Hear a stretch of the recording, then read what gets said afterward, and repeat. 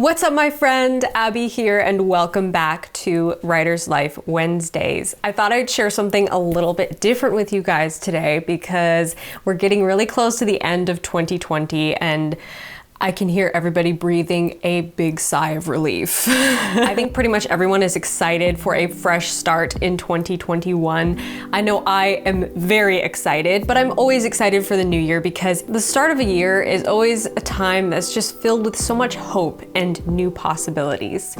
And it's also the time of year that I go on my annual What's Next retreat. If you've been here for a while, you've probably heard me mention this before. Basically, it's a 2-week retreat that I take to disconnect from the world and plan my coming year. So far, I've only done these retreats at home as a kind of staycation, but instead of just relaxing, I take this time off to reflect on the past year, examine my goals, and make plans going forward. After years of trial and error, I've designed a planning process that works amazingly well for me.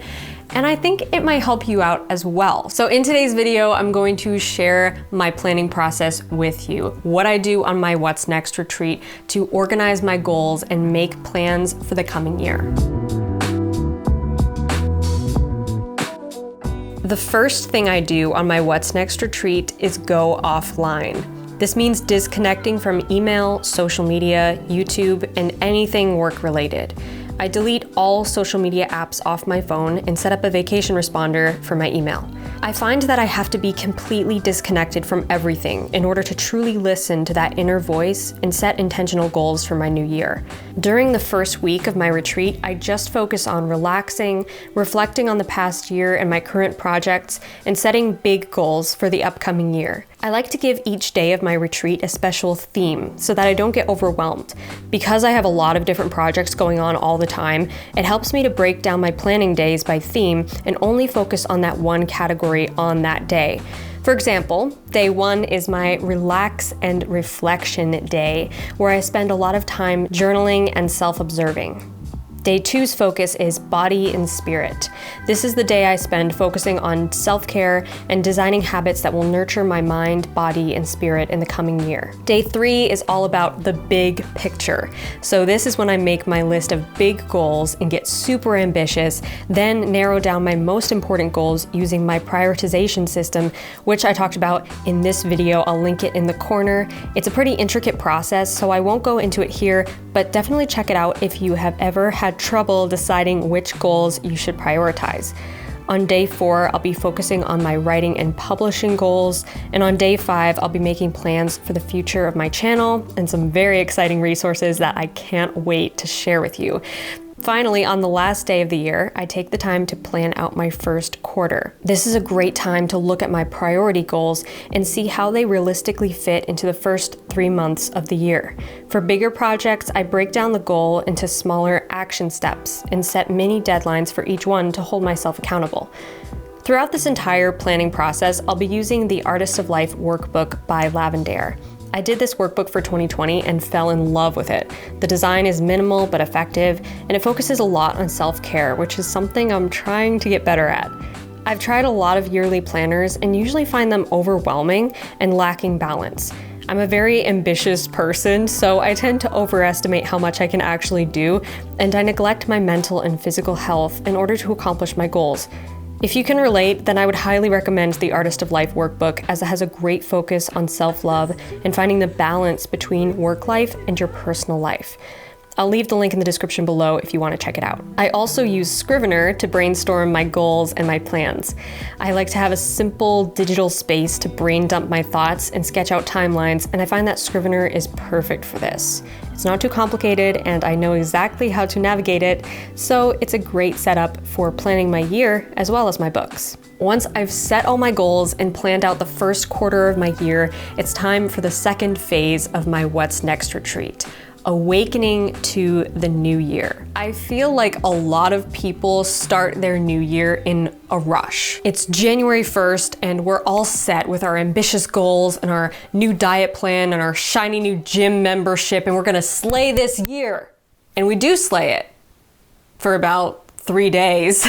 This kind of motivation doesn't last long because it's not sustainable. If you want to stick to your new habits and accomplish your dreams in the long run, you have to be intentional about how you design your lifestyle, okay? It's about finding balance. Today's hustle culture teaches us to be more like machines than people.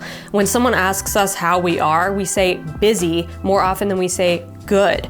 Lack of sleep becomes a badge of honor, and we identify with numbers more than we identify with our own name. But what if I told you that ambition doesn't have to look like this? I truly believe that we can be wildly ambitious and still find that balance, working hard to accomplish our dreams, but still taking the time to actually enjoy our lives at the same time, okay? It doesn't have to be one or the other. That's why I don't rush into the new year. Instead of trying to be the best version of myself on January 1st, I just let myself slowly awaken to the new year. I take the time to notice how it feels to be alive this year. I experiment with new habits and see what works best for me. And I may need to adjust my plan so that it better harmonizes with my current lifestyle. I think a lot of people don't stick with their New Year's resolutions simply because it's stressful to demand so much of yourself all at once.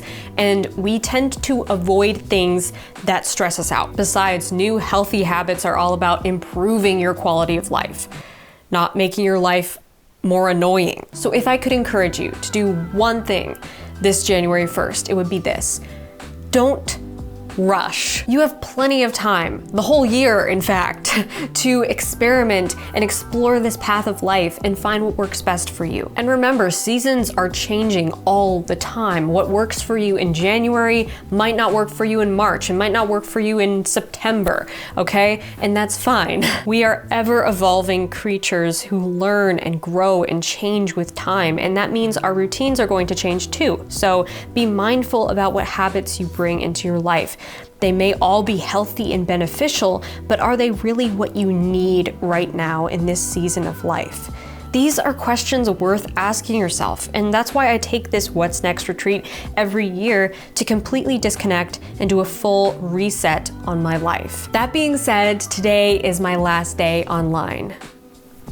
I know, it's sad. But I'll be back on January 6th. Tomorrow is Christmas Eve, so I will be spending the holidays with my family and then going straight into my What's Next retreat, which begins on December 26th. So feel free to copy this planning process and customize it to fit your life. I highly recommend taking some time, even if it's just one day, to sit down and find stillness and listen to your needs and figure out your goals in a constructive, intentional way that is going to harmonize with your lifestyle and make next year your best year yet. I hope you all have a wonderful holiday and a wonderful rest of your December, and I want to thank you so much for an amazing year. The Writer's Life Wednesday has grown so much this year, and I have you to thank for that, and I cannot even find the words to express how grateful I am.